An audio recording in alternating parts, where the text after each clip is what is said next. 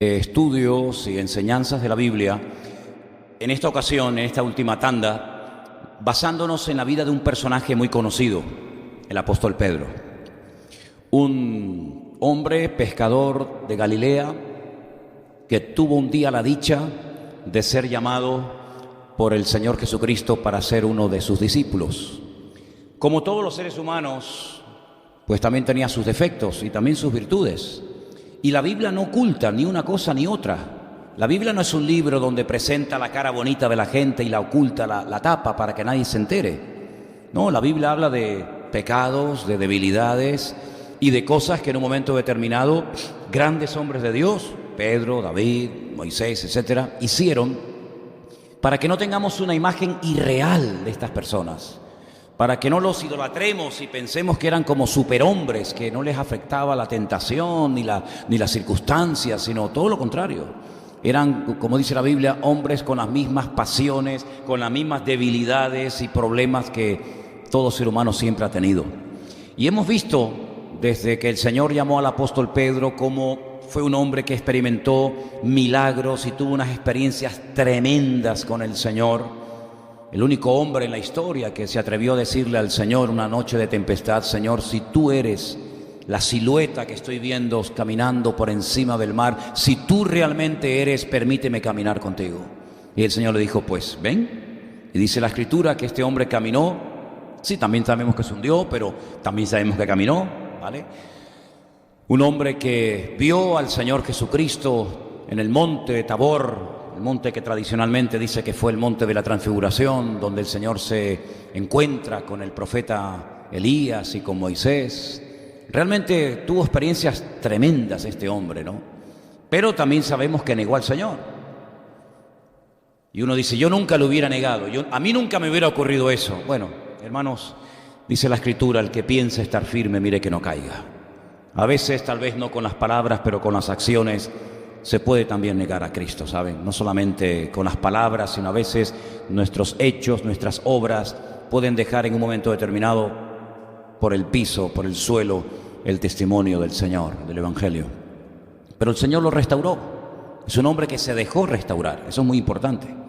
No solamente reconoció que había pecado, no solamente reconoció que había apostatado, diciendo: yo no sé quién es, yo no le conozco, sino es un hombre que cuando el Señor lo confronta, pues es un hombre que se deja, ya digo, restaurar y tratar por el Señor. Y entonces vemos cómo este hombre en el libro de los Hechos pasa pues por una etapa donde fue tratado por el Señor y se convierte en uno de los hombres más usados por Dios de la historia.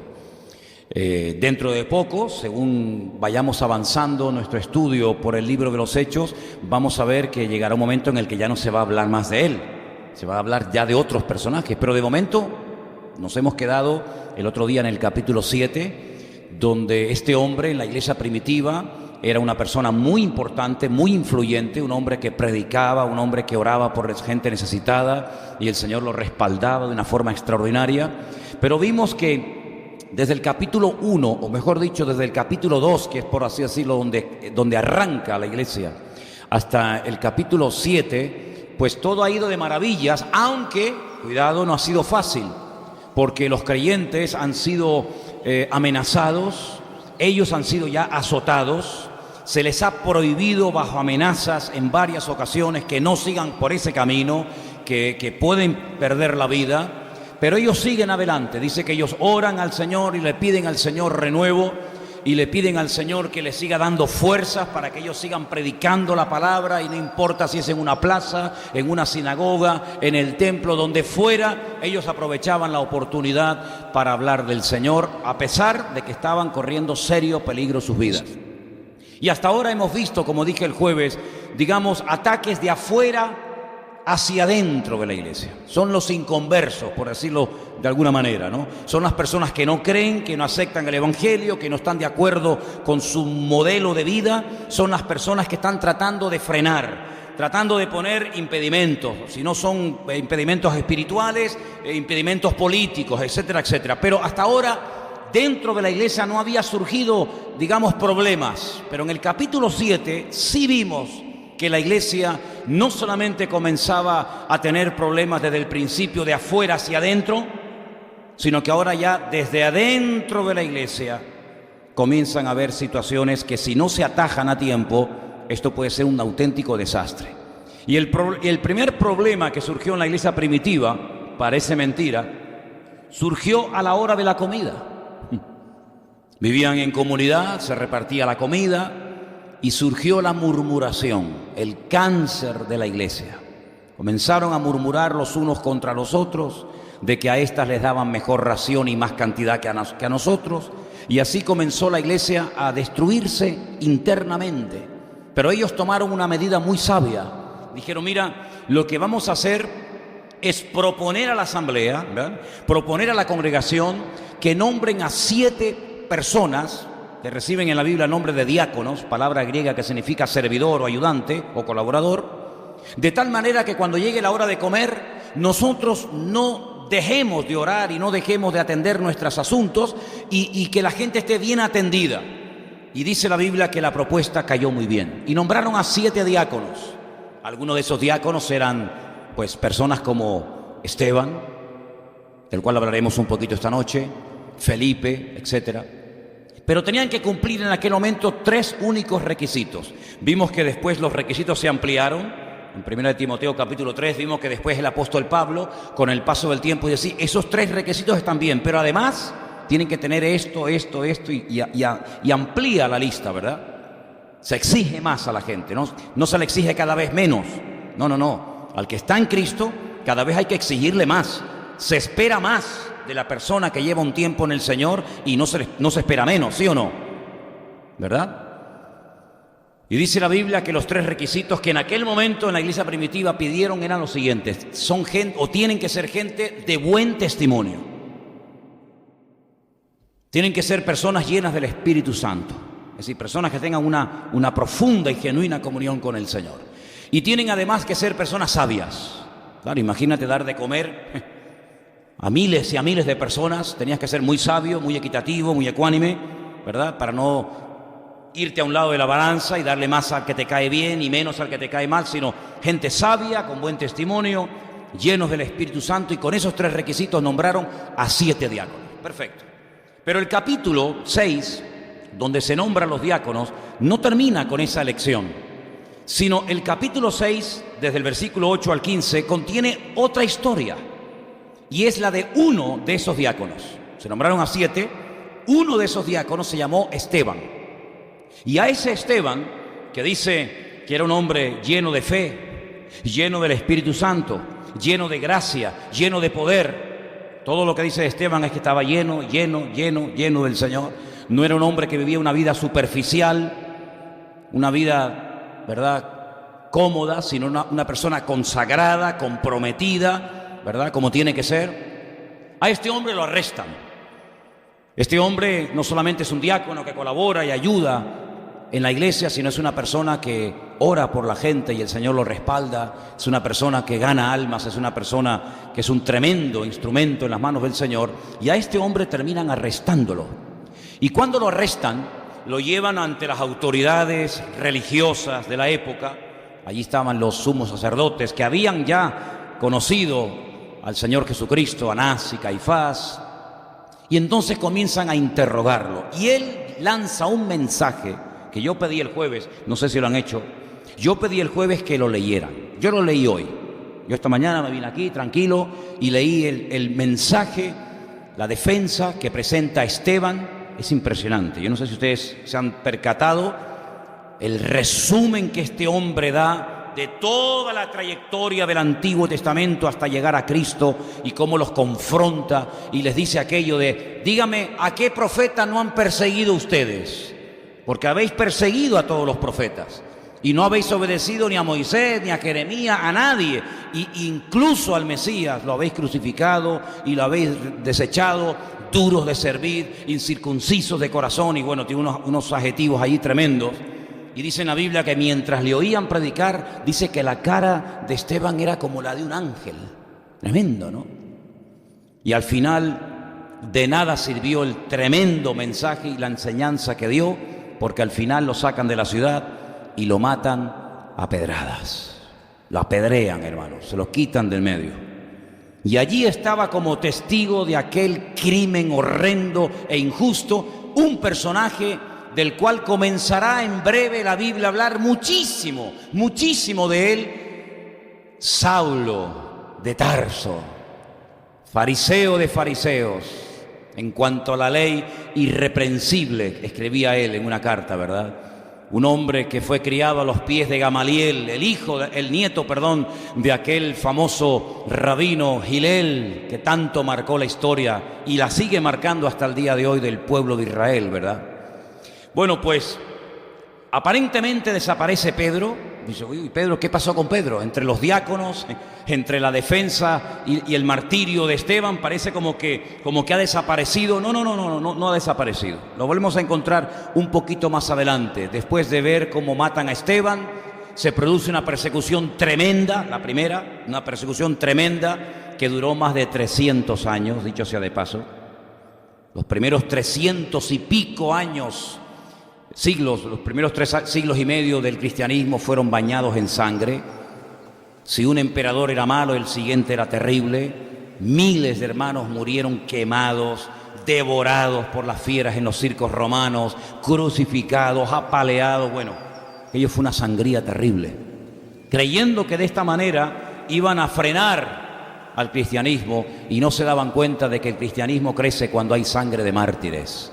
Y por uno que morían, salían 100 de debajo de las piedras, y hasta el día de hoy no han podido destruir, ni podrán jamás destruir a la iglesia del Señor, porque hay una promesa que no tenemos jamás que olvidar, y más en esta época que nos ha tocado vivir a nosotros, y es que las puertas del infierno no van a prevalecer por encima de la iglesia. ¿Cuántos dicen amén? Sino que la iglesia va a avanzar en victoria, sí, con luchas, con pruebas, con persecuciones, con matanzas, con crucifixiones, con lo que tú quieras. Pero la iglesia del Señor es el cuerpo de Cristo, y contra Cristo no puede absolutamente nadie. Incluso este Saulo de Tarso, tremendo, que iba, dice, casa por casa, llevándose a la gente y los metía en la cárcel y los obligaba a negar de Cristo. Al final el mayor perseguidor, el inquisidor de la época, el Torquemada de la época de la iglesia primitiva, resulta que él mismo termina después convirtiéndose a Cristo. Y siguió persiguiendo a la gente, pero en esta vez no para matarlos, sino en esta vez los perseguía para que conocieran al Cristo que le había cambiado la vida a él. ¿Qué te parece? Fue una conversión tan espectacular, tan tremenda, causó un impacto tan tremendo en aquella época, la conversión de este hombre. Es como si el hombre más terrible, el más pecador, el más blasfemo, el peor que te puede venir a la mente en este momento se convirtiera a Cristo y se hiciera predicador. ¿Te imaginas? Sería un impacto tremendo. Pues eso es lo que pasó. Fíjate que en el libro de los Hechos, en tres ocasiones se relata la conversión de Saulo. En 3 oportunidades, porque fue algo que impactó tanto a la gente. Cuidado, que no fue fácil después para él congregarse. Para ti es fácil, vienes cuando quieres, sales cuando quieres, el jueves, el domingo. Cuidado, que cuando se quiso congregar, se lo ponía muy difícil, porque la gente no se creía que se hubiera convertido de verdad, y la gente dice que le huía, le rechazaba, hasta que al final aparece en escena un hombre del cual ya habría hablado la Biblia en el libro de los Hechos, un hombre que se llamaba Bernabé, o le pusieron por sobrenombre Bernabé, hijo de consolación, y que fue el que dijo: hermanos, yo creo que este hombre de verdad se ha convertido al Señor. Vamos a darle una oportunidad y vamos a recibirlo entre nosotros. Y gloria a Dios por Esteban, porque si no sabe Dios el tremendo predicador que se hubiera perdido la iglesia en aquellos tiempos, ¿verdad? Pero al final, por Bernabé, al final del capítulo 9 vuelve a aparecer nuestro hermano Pedro. Y vamos a leerlo, por favor, en esta noche. Capítulo 9, versículo 32.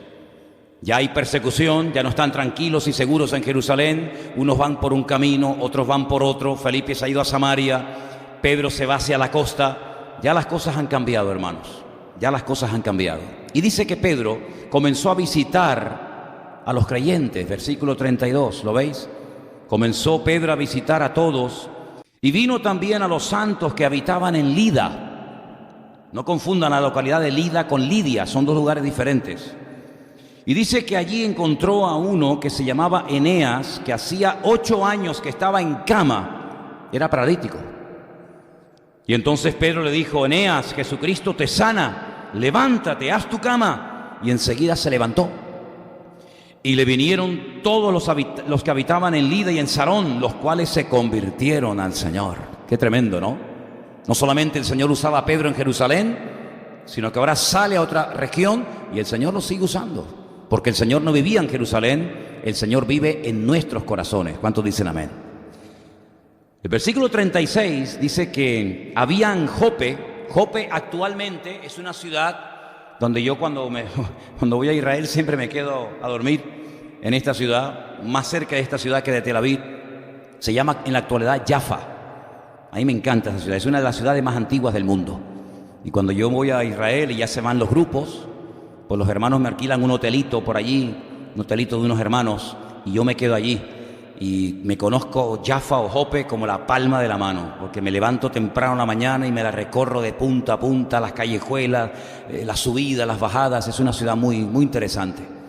Y dice que allí en Jope vivía una chica llamada Tabita, que traducido quiere decir Dorcas. Y ésta abundaba en buenas obras y en limosnas que hacía. Y aconteció que en aquellos días enfermó y murió. Después de lavada la pusieron en una sala. Y como Lida estaba cerca de Jope, los discípulos, oyendo que Pedro estaba allí, le enviaron 2 hombres a rogarle: no tardes en venir a nosotros. Levantándose entonces Pedro fue con ellos, y cuando llegó le llevaron a la sala donde le rodearon todas las viudas, llorando y mostrando las túnicas y los vestidos que Dorcas hacía cuando estaba con ellas. Versículo 40. Entonces, sacando a todos, Pedro se puso de rodillas y oró, y volviéndose al cuerpo le dijo: Tabita, levántate. Y ella abrió los ojos, y al ver a Pedro se incorporó. Y él, tomándole de la mano, la levantó. Entonces, llamando a los santos y a las viudas, la presentó viva. Esto fue notorio en Jope, y muchos creyeron en el Señor. Y aconteció que se quedó muchos días en Jope, en casa de un cierto Simón el curtidor. Y esa casa de Simón el curtidor todavía está en pie. Y los hermanos que viven allí, muy cerquita de esa casa, cuando estuve la última vez, le dije: hermanos, ¿habéis estado alguna vez en la casa de Simón el curtidor en Jaffa o en Jope? Dice: no me digas, esa casa existe. Digo: sí, hermano, esa casa está en pie y se puede ir a visitar. Y hemos estado muchas veces en la fachada de esa casa. Simón el curtidor. Allí se quedó Pedro después de haber orado por Eneas, después de haber orado por Tabita o Dorcas, y el Señor resucitarla, se va a la ciudad costera de Jope. Esa ciudad en la Biblia no es la primera vez que se mencionan, ustedes saben bien, ¿verdad? Esa ciudad fue donde Jonás, ¿se acuerdan?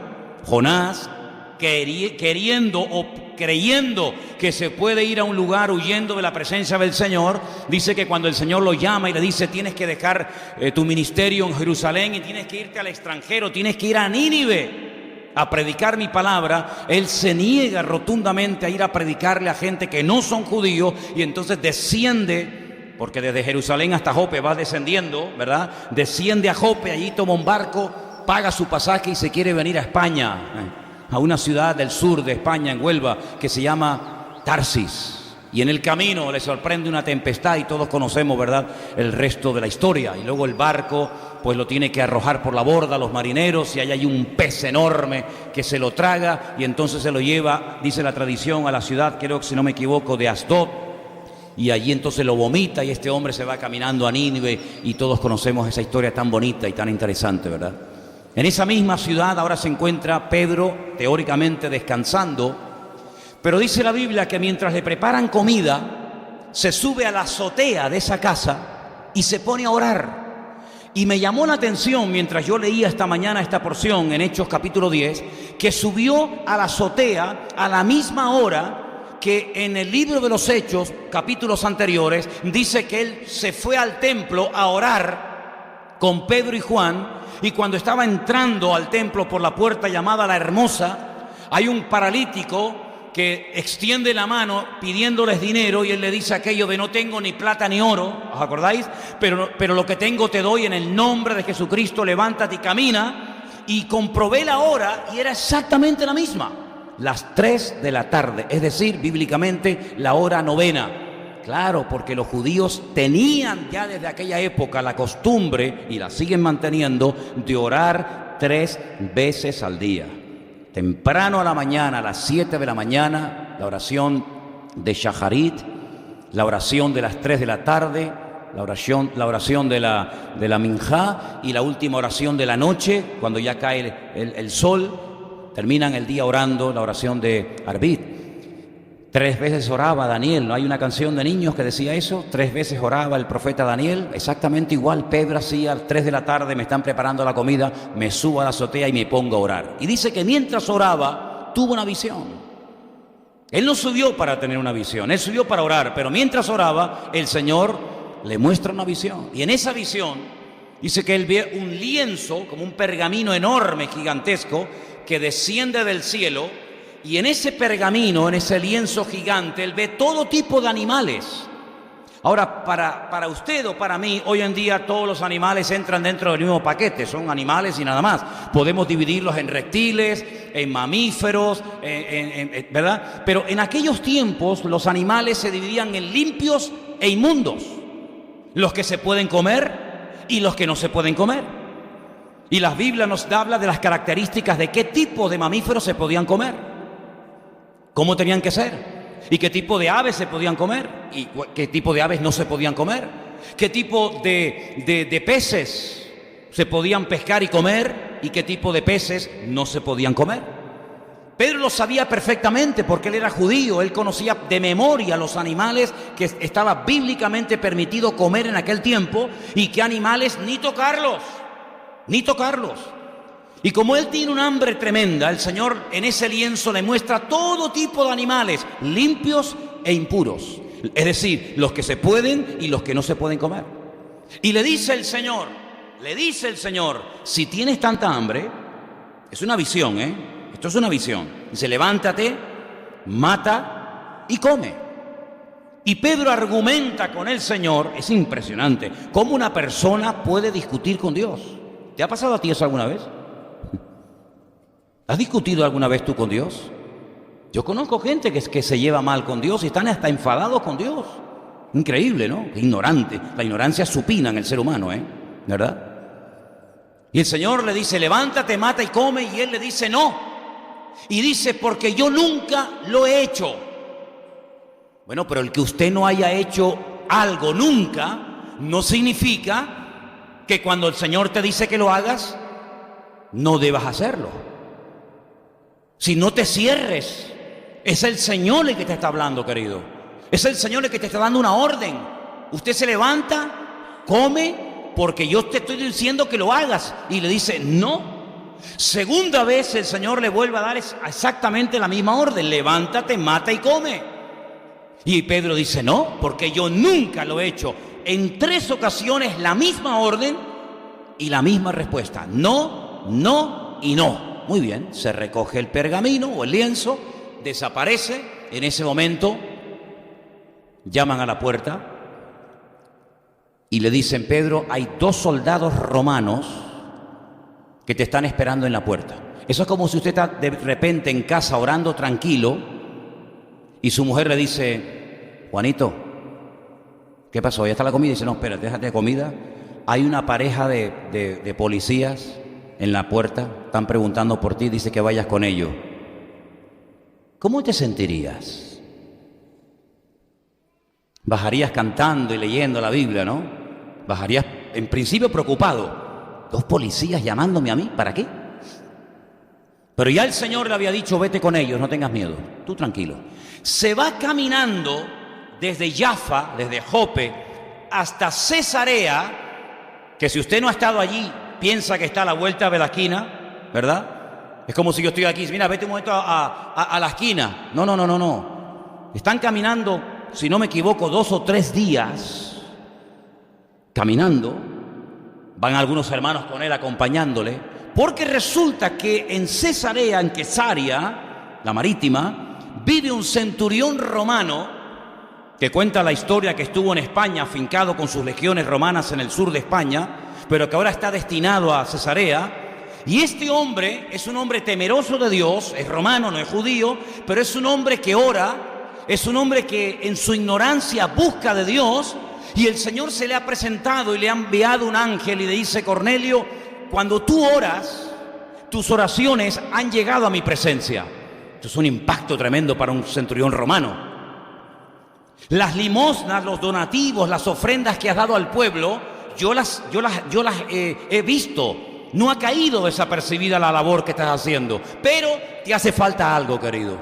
Tienes que llamar a un tal Simón Pedro, que está en Jope, en la casa de un tal Simón el curtidor, para que venga y te predique la palabra. Y Cornelio es más obediente que Pedro, porque Pedro le dijo no, no y no al Señor. Pero basta que el Señor al centurión romano llamado Cornelio le diera una orden para decir: ahora mismo, Señor. Es increíble, ¿eh? A veces son más obedientes los que nos pensamos que son menos cristianos que nosotros. Y allí manda él a sus soldados y le dicen: búsquenme a este hombre y tráiganmelo. Cuando después de 3 días llega Pedro a la casa de Cornelio, se encuentra que la casa de Cornelio está abarrotada de gente. No está solo Cornelio, sino hay un montón de gente en la casa. Y claro, Cornelio sale, se inclina, le besa la mano y le dice: Pedro, para. Tranquilo. Si tienes que adorar o reconocer a alguien, reconoce y adora a Dios. A mí no. ¿Esto les vendría bien saberlo a estos que les gusta que le besen el anillo? Esto les vendría bien leer esto, porque si dicen que este señor es el primer papa, que es mentira, pero si dicen ellos que este es el primer papa le dijo: sí, ni se te ocurra. Deberían de aprender un poquito. Cuando entra a la casa, lo primero que Pedro dice, fue poco diplomático, hay que ser sincero, dice: ustedes saben cuán abominable es para mí, judío, entrar a la casa de gentiles. Como diciendo: la verdad es que yo estoy aquí por obligación, no me sale del corazón estar aquí con ustedes, pero el Señor me mostró una visión y empieza a hablar y hablar, y él se queda allí. Y Cornelio dice: mira, estamos aquí porque Dios nos ha dicho que te llamemos, y todos estamos con los oídos bien abiertos y las antenas bien paradas para ver qué es lo que tú nos tienes que comunicar. Vamos a leer en Hechos capítulo 10, por favor. En Hechos capítulo 10 vamos a leer el mensaje o parte del mensaje que Pedro da en la casa de este centurión romano.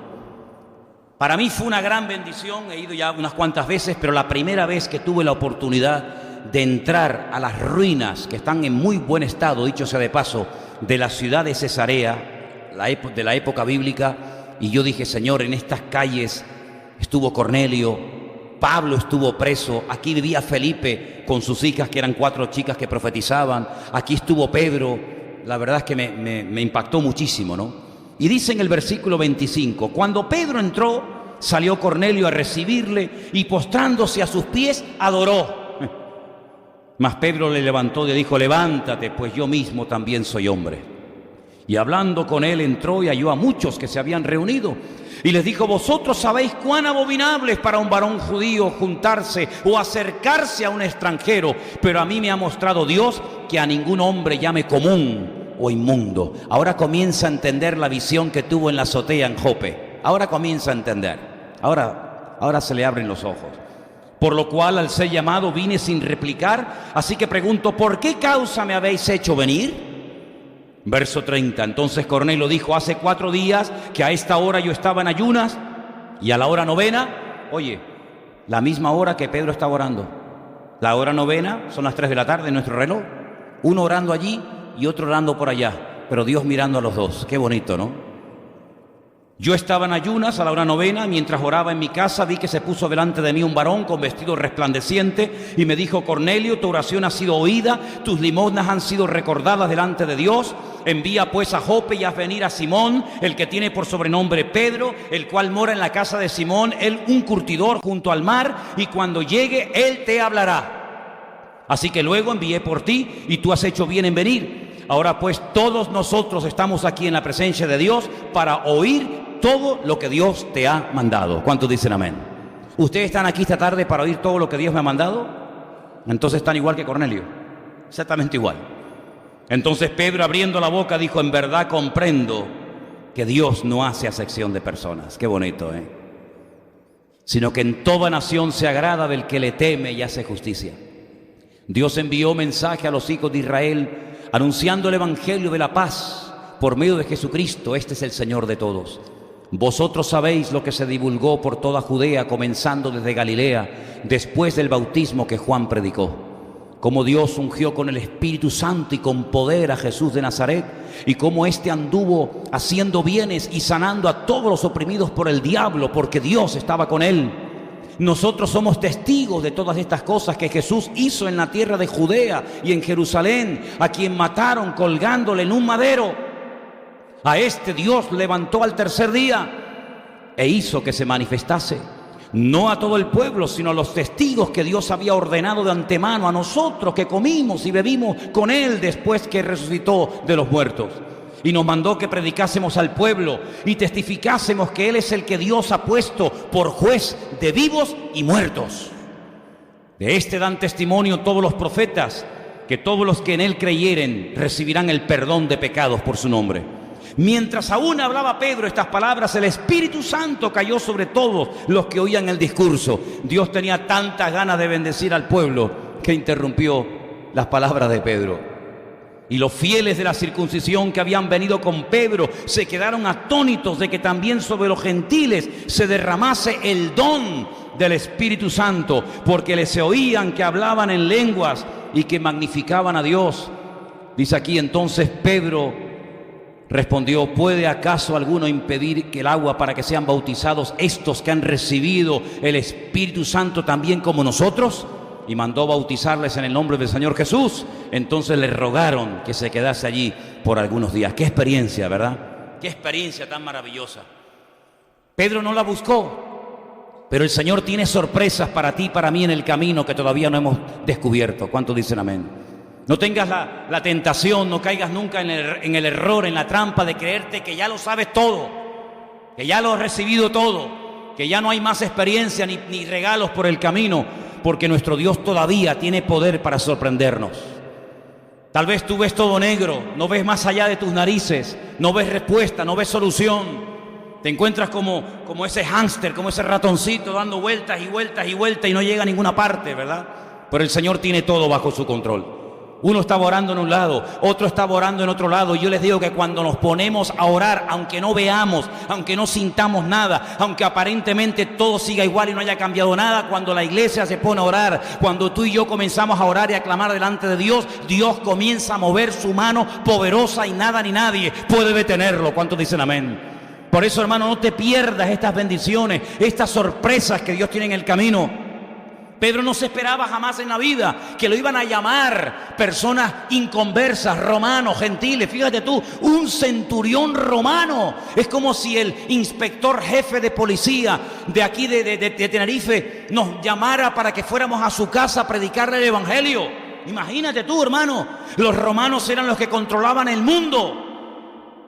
Eran los que tenían el poder, la autoridad, las armas, el dinero, las leyes, todo. Tenían la sartén por el mango. Podían matar, podían crucificar, podían hacer lo que les daba la gana. Pero en esta ocasión no utilizaron mal el poder, sino que en esta ocasión lo que hicieron fue pedir ayuda a quien podía dársela. Y en este caso era al siervo de Dios, a Pedro, que fue allí y les predicó la palabra del Señor. Claro, esto para Pedro fue algo nuevo. Él nunca lo había hecho. Para él los gentiles eran inmundos, eran perros. No tenían opción a la salvación. Porque los judíos eran muy exclusivistas, no eran proselitistas, ni siguen siéndolo hoy en día. Sin embargo, el Señor les había dicho el día que se despidió en el monte de los Olivos: id por todo el mundo y predicar el evangelio a toda criatura. Ellos creían que eso de toda criatura y eso del prójimo era hablarle a otro de su raza, a otro del pueblo de Israel, pero no. La visión de Dios es mucho más amplia que la visión que podamos tener todos juntos en esta noche. Dios no es racista. Dios no excluye absolutamente a nadie, ni por su nivel social, cultural, ni por su raza, ni por nada. Dice la Biblia que Dios amó al mundo, a todo el mundo, a toda la humanidad lo amó de tal magnitud que murió por todos, absolutamente por todos, para que todo ser humano No importa la edad que tenga, no importa dónde viva, no importa de qué religión proceda, da igual, para que todo aquel que crea en Él no se pierda, mas tenga vida eterna. Aleluya. Pero hay algo tremendo en esta historia. Cornelio ha orado, Dios lo ha oído. Cornelio ha dado limosnas, Dios las ha visto. Pero a Cornelio hay que predicar el evangelio. ¿Te das cuenta?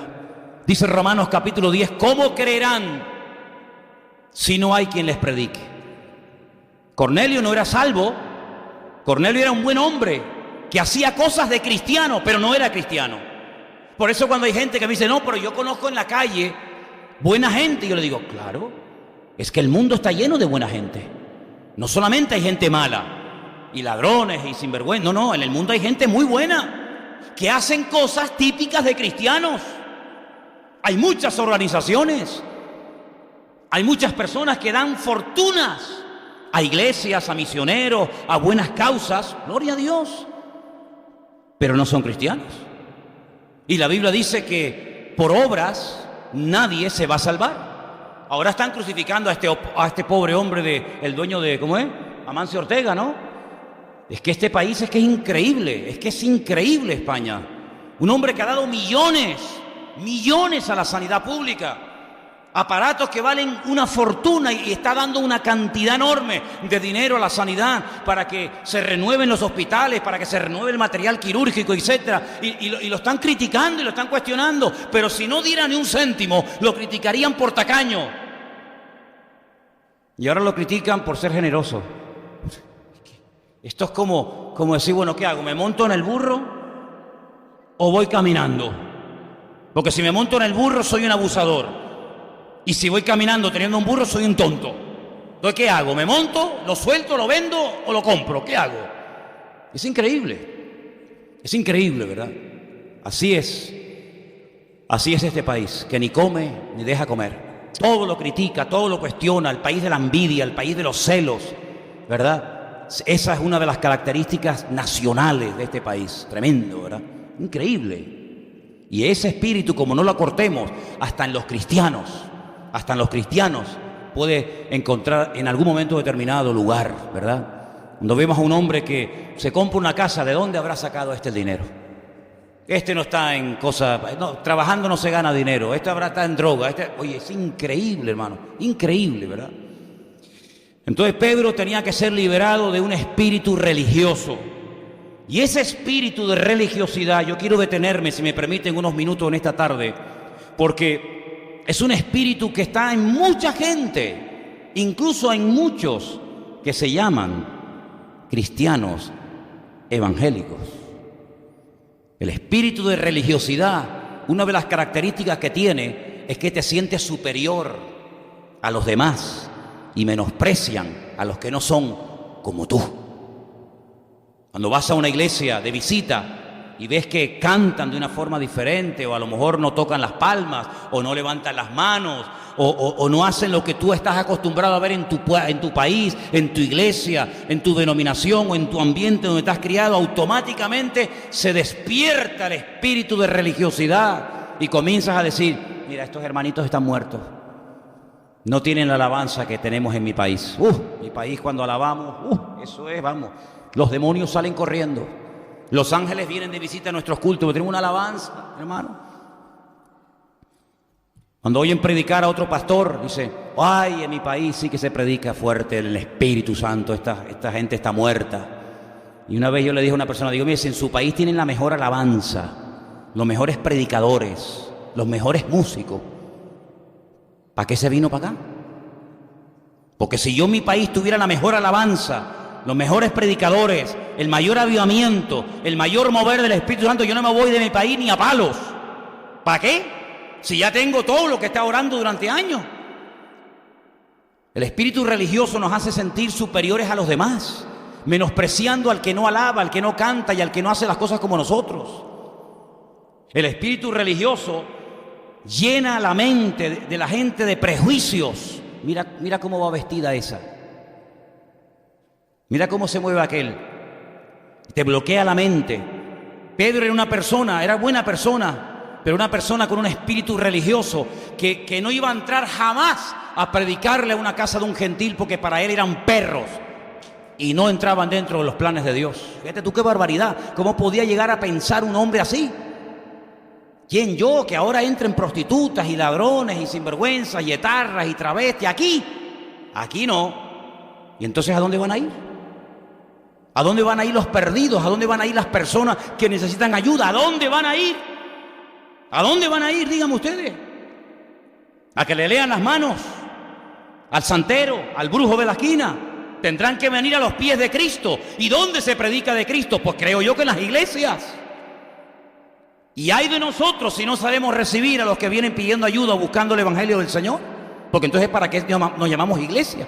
Pongamos club, pongamos asociación, pero una iglesia, el deseo de una iglesia, el deseo de unos hijos de Dios, tiene que ser que las almas se conviertan a Cristo. Y quiero recordarles a todos ustedes, y me lo recuerda a mí mismo, que cuando vinimos por primera vez a la iglesia, no vinimos tan educaditos y tan bien vestidos y tan bien perfumados como venimos hoy en día nosotros, sino que yo me acuerdo perfectamente en la condición en la que yo entré por primera vez en mi vida a una iglesia.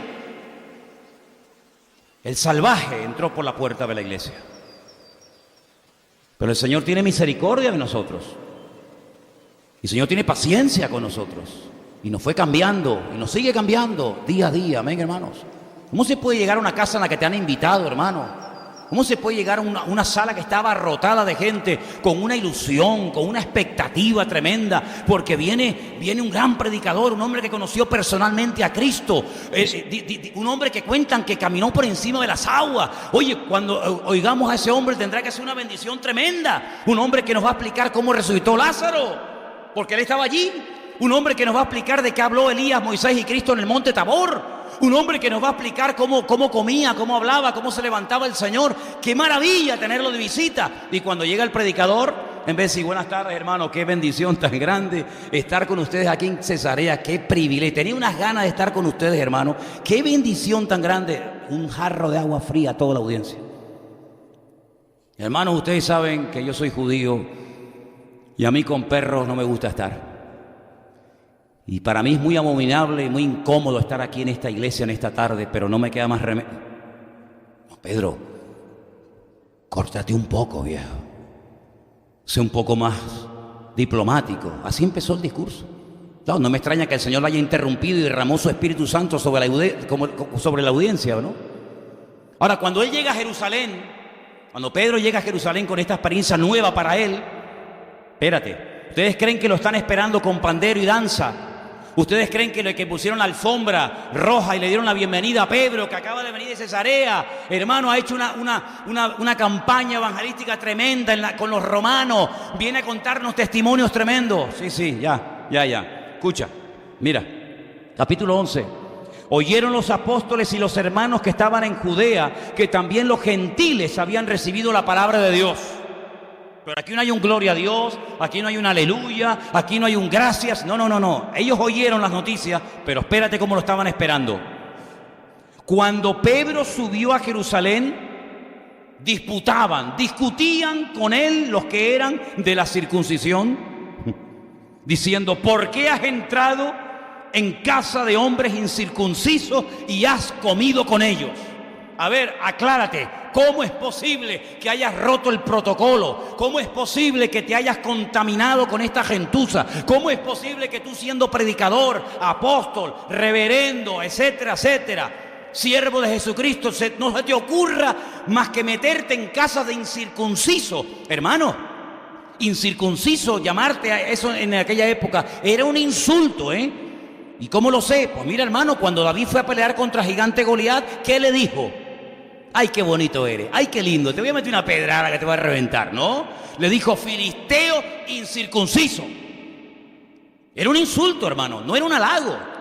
¿Cómo es posible que hayas ido a comer y hayas tenido comunión y a predicarles el santo evangelio de Jesucristo a incircuncisos, a gentiles? Y entonces Pedro, gracias al Señor, con una paciencia tremenda, les explica y al final lo entienden y se regocijan en el Señor. Hermano, ¿puede el Señor hacer algo nuevo en su iglesia hoy en día? Ustedes dicen que sí, pero yo que conozco muchas iglesias, le digo que en muchas iglesias a Cristo no lo dejarían ni entrar.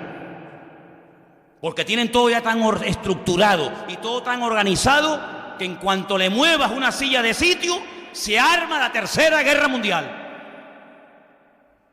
Porque algunos no se enteran o no se quieren enterar, y si lo saben se hacen los locos, de que la cabeza de la iglesia no somos nosotros. La cabeza de la iglesia se llama Jesucristo. Y el que tiene que gobernar y dirigir la iglesia no es usted ni yo, es el Señor, que para eso murió por ella.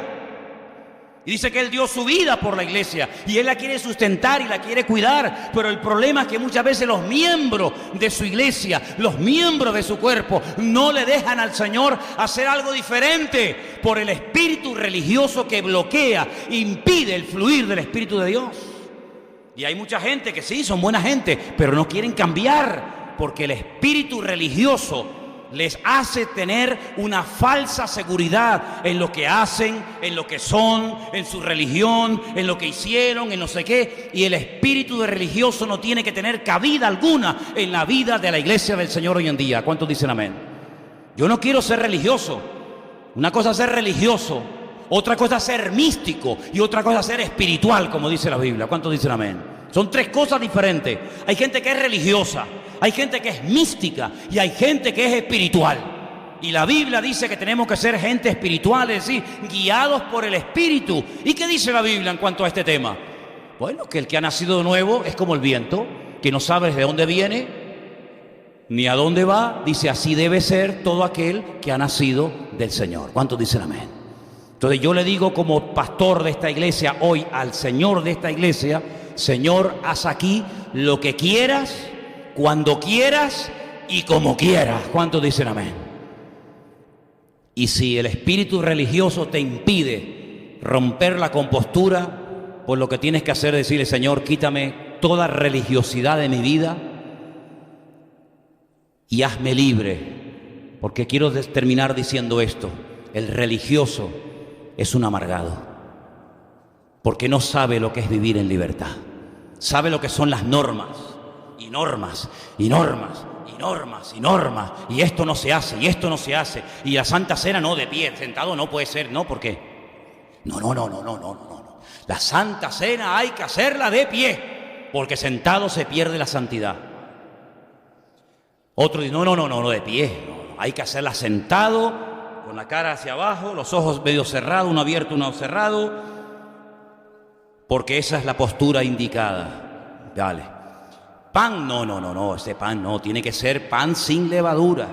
Otro dice, no, da igual, si lo importante es recordar al Señor. Vino, no, una copa, no. Hay iglesias que se han dividido.